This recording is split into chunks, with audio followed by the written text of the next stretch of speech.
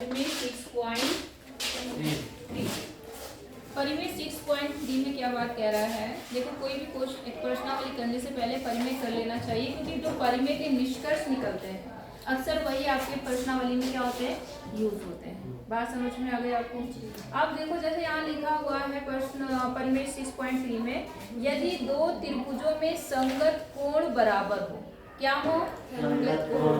समझ गए। दो त्रिभुज हैं ऐसे, एक त्रिभुज आपका ये हो गया ए बी सी, और दूसरा त्रिभुज आपका ये हो गया, इसका नाम ले लिया आपने बी ई एफ। ठीक है, इन्होंने क्या दे दिया कि इनके संगत कोण क्या है, बराबर है। संगत कोण क्या है, बराबर। मैं नाम ऐसे नहीं देती हूँ, मान लो ये 1 है, ये 2 है, ये 3 है, ये 4 है, ये 5 है, ये 6 है। मतलब ऐसे ही लिख दिया मैंने ताकि हमें ज्यादा लिखना ना पड़े। ठीक है ना। तो संगत कोण बराबर है। संगत कोण का मतलब ए के संगत कौन सा है, डी, बी के संगत कौन सा है, और सी के संगत क्या है, ये आपस में क्या है, बराबर है। तो उनकी संगत भुजाएं एक ही अनुपात में होती हैं या समानुपात में होती हैं, ये आपको बताना है। संगत भुजाएं मतलब संगत भुजाएं कौन कौन सी बनेगी, ए बी और बी। ए बी की संगत कौन सी बनेगी, बी सी। कौन सी, B C D D E. और दूसरी कौन सी, बी सी। बी सी के संगत क्या बनेगी, ई एफ। और सी ए सी के संगत क्या बनेगी, तो ये आपको क्या करना है, सिद्ध करना है। क्या करना है, सिद्ध। और अगर आपने ये सिद्ध कर दिया तो साथ में एक और चीज हो जाएगी कि वो त्रिभुज आपस में समरूप है। क्या है, समरूप। त्रिभुज क्या है, समरूप। बात समझ में आ गई आपको। ये आपका सिद्ध करना है। तो हम क्या काम करेंगे, देखिए हम पिछली वाली पर में आपको याद है, पिछली पर में क्या पढ़ाई थी मैंने आपको, अनुपात बराबर होता है अगर किसी एक भुजा के समांतर एक रेखा खींची जाए तो जिन भुजाओं को काट के उनका अनुपात समान होता है। यही परिमेय थी आपकी। ठीक है, मैंने आपको बता भी रखा, एक चीज से दूसरी चीज जुड़ती है, दूसरी से तीसरी जुड़ती है, इसलिए आपको सारी चीजें दिमाग में रखनी पड़ती है। बात समझ में आ गई। ठीक है, हमने एक छोटा सा काम किया। क्या काम किया हमने, कि जितना बड़ा ये है, ठीक है, उतनी लंबी लाइन हमने यहाँ से ले ली, और जितनी बड़ी ये है इतना ही हमने यहाँ से काट लिया। बात समझ में आ गई। हमने क्या काम किया, समझ में आ गया आपको। और इसको हमने आपस में क्या कर दिया, मिला दिया। बात समझ में आ गई आपको। इसका नाम इन्होंने PQ लिया है, हम भी ले लेते PQ, या हम कुछ भी ले सकते हैं, उससे कोई फर्क नहीं पड़ता। इसी बात समझ में आ गई आपको कि नहीं आई। क्या काम किया हमने, कि जितनी बड़ी रचना की, थोड़ी सी क्या किया हमने, रचना में हमने क्या किया कि AB बराबर क्या खींचा, PQ। हाँ, AB बराबर PQ। कहाँ है PQ, BC बराबर PQ। अरे AB कौन सी है, DP है, DP। तो फिर DP खींचा, और दूसरा किसके बराबर, AC बराबर DQ खींचा। ये हमने रचना कर दी। बोले यहाँ तक बात समझ में आ गई कि नहीं आई। अब हम आ जाते हैं किस पे, उपपत्ति पर। किस पे आते हैं, उपपत्ति। अब देखो उपपत्ति पे क्या होगा, आपको ये तो पता है कि ये कोण इसके बराबर है, ये कोण इसके बराबर है, ये कोण इसके बराबर है, हाँ या ना। क्या आपको सर्वांगसा, जो 9th में सर्वांग समता रूल पढ़े थे, उसके अनुसार क्या आप ये वाला त्रिभुज इस वाले त्रिभुज के सर्वांगसम कर सकते हैं, हाँ जी। कैसे, क्या क्या बराबर है, इसमें दो भुजाएं बराबर और दो साइड रूल। बिल्कुल, कुछ तो याद है तुम्हें। तो यहाँ पर क्या है, आपका AB किसके बराबर है, DB के दिया है। ये बात दिया नहीं है, ये कहाँ से है, ये बात रचना से है ना। दूसरी चीज क्या है आपकी, AC बराबर DQ। ये भी कहाँ से आया, रचना से। और कोण A बराबर कोण D, ये कहाँ से आया, दिया है by side angle side rule से। तो इसीलिए त्रिभुज, कौन सा त्रिभुज, ABC सर्वांगसम DPQ DEQ। बोलो समझ में आया आपको। बाय कौन से रूल से, side angle side SAS rule, by सोफिसिटी। इतनी बात तो आपको याद है। चलो 9 तो कम से कम याद है, तो 10 में भी बिल्कुल एक्सपर्ट बन जाओ। इतनी बात आप समझ में आ गई। अच्छा ठीक है, अगर ये चीज इसके बराबर हो गई, सर्वांग सम हो गई, तो जाहिर सी बात है बाई सीपीसी की हर पार्ट एक दूसरे के इक्वल हो जाएगा। तो उस अनुसार जो कोण एक है वो इसके बराबर होगा। हाँ या ना? इसका नाम कुछ दे देती हूँ, 6 हो गए, 7 दे देती हूँ, इसको 8 दे देती हूँ, कोई दिक्कत? तो इसलिए कोण एक किसके बराबर हो जाएगा? कोण 7। और कोण 3 किसके बराबर हो जाएगा? 8 बाय सीपीसी। बोलो बात समझ में आ गई आपको?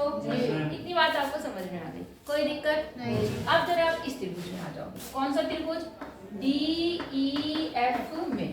आप ध्यान से देखना, ये कोण इसके बराबर था और यही कोण इसके बराबर था। तो इससे क्या मतलब होंगे जी बराबर। समझे आप? समझ गए आप? क्योंकि इसने पहले ही बता दिया था एक कोण किसके बराबर है? 4 के।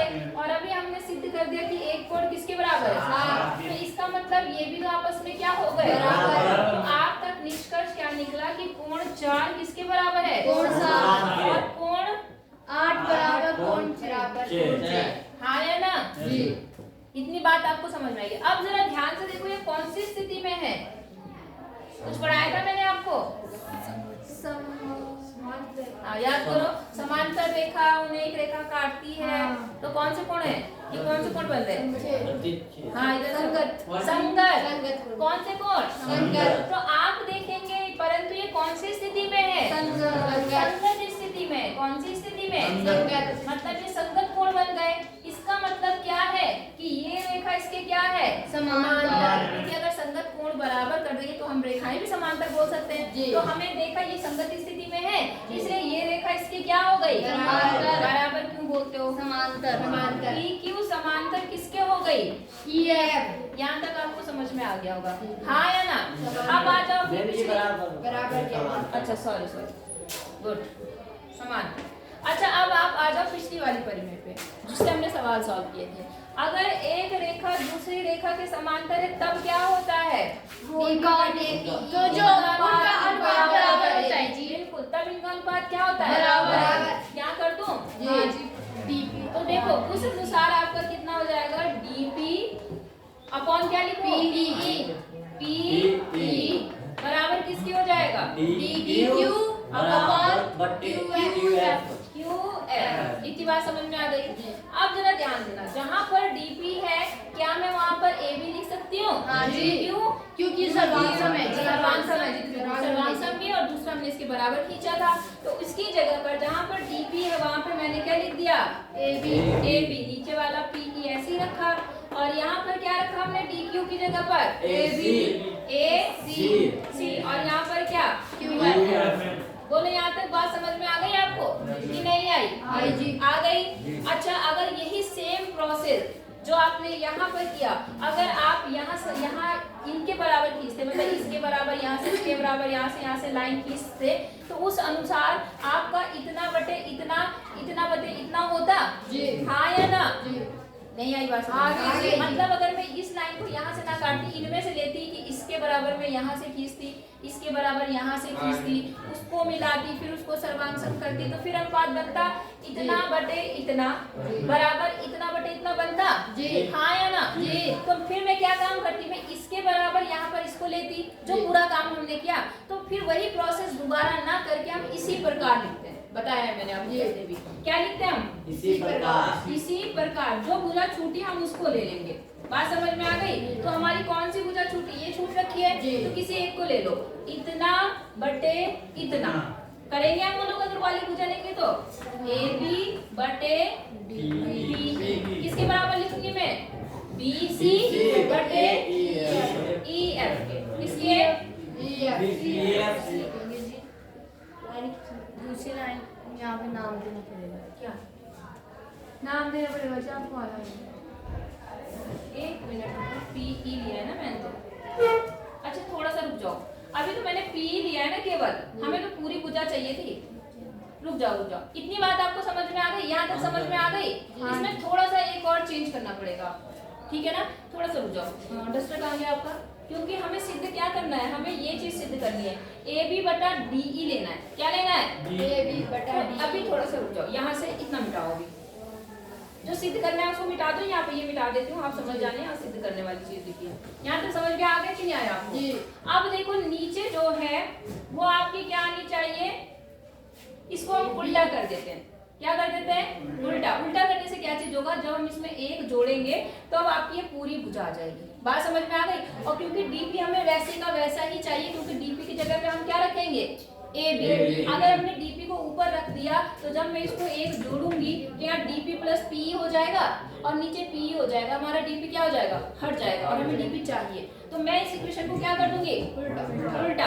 तो मैं लिख दूंगी इसको पीई अपॉन डीपी बराबर कितना, QF upon QF upon DQ। यहाँ तक समझ में आ गया आपको?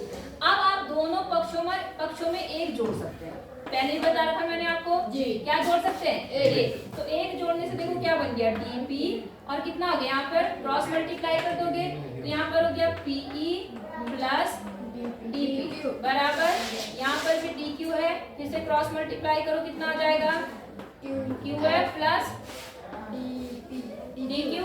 समझ में आ गई बात?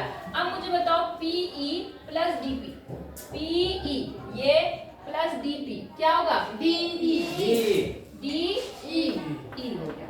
बोलो समझ में आई बात? और नीचे क्या है, DP। इसी प्रकार से QF और DQ मिलके क्या बन जाएगा, DF, और ये क्या हो जाएगा, DQ। यहाँ तक समझ में आया? अब फिर उल्टा कर दो, क्योंकि हमें ए बी कहाँ चाहिए, ऊपर चाहिए। अभी चाहे तो मान रखना चाहो तो यही रख लो, रखना है आपको या बाद में रखना चाह रहे हो, चलो रख लो जैसी मर्जी। डीपी किसके बराबर है, ए बी के बराबर है, तो यहाँ मैंने ए बी लिख दिया, और यहाँ क्या है, डी एफ, और डी क्यू किसके बराबर है, AC। अब मैं इसको उल्टा कर देती हूँ, तो यहाँ से बन गया ए बी बटे DE बराबर AC अपॉन DF। DF। अब ये मेरी इक्वेशन है, इस पे ध्यान देना। AB मतलब ये बटे DE मतलब पूरी ये लाइन, फिर AC मतलब ये, और DF अब बराबर ये लाइन। बात समझ में आ गई? अब लिखना इसी प्रकार, आई बात समझ में? क्योंकि हमें जो ये सिद्ध करना है उसमें तीनों भुजाएं आनी चाहिए, और अभी तक आपकी कितनी भुजाएं हैं, दो। तो तीसरी हम उस भुजा को लेके कोई और एक भुजा उसके साथ ले सकते हैं। क्या लिखेंगे हम, इसी प्रकार। क्या लिखेंगे, इसी प्रकार। समझिए मैं इसी प्रकार क्यों लिख रही हूँ, क्योंकि अगर आप इधर से काटोगे ना इसको ऐसे में, तो फिर पूरा प्रोसेस दोबारा करना पड़ेगा, तो उतना बचने के लिए हम सीधे क्या लिखते हैं, इसी प्रकार। तो इसी प्रकार हम क्या लिख सकते हैं, देखो ए बी बटे क्या, बोलो DE, और बराबर क्या, BC बटा EF। बोलो बात समझ में आ गई? अब इक्वेशन 1 और 2 को देखो, इसमें DE और AB दोनों बराबर हैं, तो हम इसका मतलब ये सारी चीजें आपस में क्या है, बराबर। इसलिए क्या निष्कर्ष निकला कि AB बटा DE, और क्या है बोलो वहां से, AC बटा DF बराबर क्या हो गया, BC बटा EF। बात समझ में आ गई? ये आपका निष्कर्ष निकल गया। कहने का मतलब ये है कि अगर को दो त्रिभुज की संगत कोण बराबर थे, यहाँ पे संगत कोण बराबर दिए थे, हमारा क्या है, त्रिभुज सर्वांग सम तब होते हैं जब उनकी दो चीज बराबर होती है, एक तो संगत कोण और दूसरी उनकी संगत भुजाएं क्या होती हैं, बराबर मत बोला करो, समानुपात में होती है। बात समझ में? बराबर और समानुपात में बहुत अंतर होता है। अंतर होता नहीं होता? तुम्हें पता है बराबर का मतलब क्या होता है, समानुपात का मतलब क्या होता है? बराबर मतलब एक बराबर, एक जितनी लंबाई ये है उतनी लंबाई ये है। क्या इतनी लंबाई ये है उतनी लंबाई यहाँ है?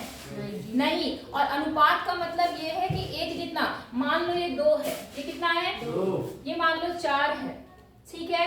ये मान लो 3 है, ये कितना है, 6। मान लो ये 4 है, ये कितना है, 8। तो देखो भाग करो, 2/4, 2/1, यहाँ से इसको भाग करो कितना गया, 1/2, 3/6 मतलब 1/2, 4/8 कितना, 1/2। तो अनुपात बराबर है। क्या बराबर है? क्या भुजाएं बराबर है? ये 2 है, ये 3 है, ये 4 है, यहाँ 4, 6, 8 है, कि ये बराबर है? नहीं। तो भुजाएं कभी बराबर नहीं बोलना, हम क्या बोलेंगे, भुजाएं एक ही अनुपात में होती हैं या समानुपात में होती हैं। बात समझ में आई कि नहीं आई आप लोगों को? हो जाएगा। तो दो कंडीशन याद रखना। अब इससे क्या निष्कर्ष निकला कि त्रिभुज अगर समरूप है, क्या है, समरूप, तो एक उसके दोनों को सारे कोण बराबर होंगे और संगत भुजाएं समानुपात में होंगी। और अगर ये दोनों चीज दी हुई है तो त्रिभुज समरूप होगा। बात समझ में आ गई? उल्टा सीधा सब एक जैसे। समझ में आया? करना है कर लो, फिर आगे बताती हूँ।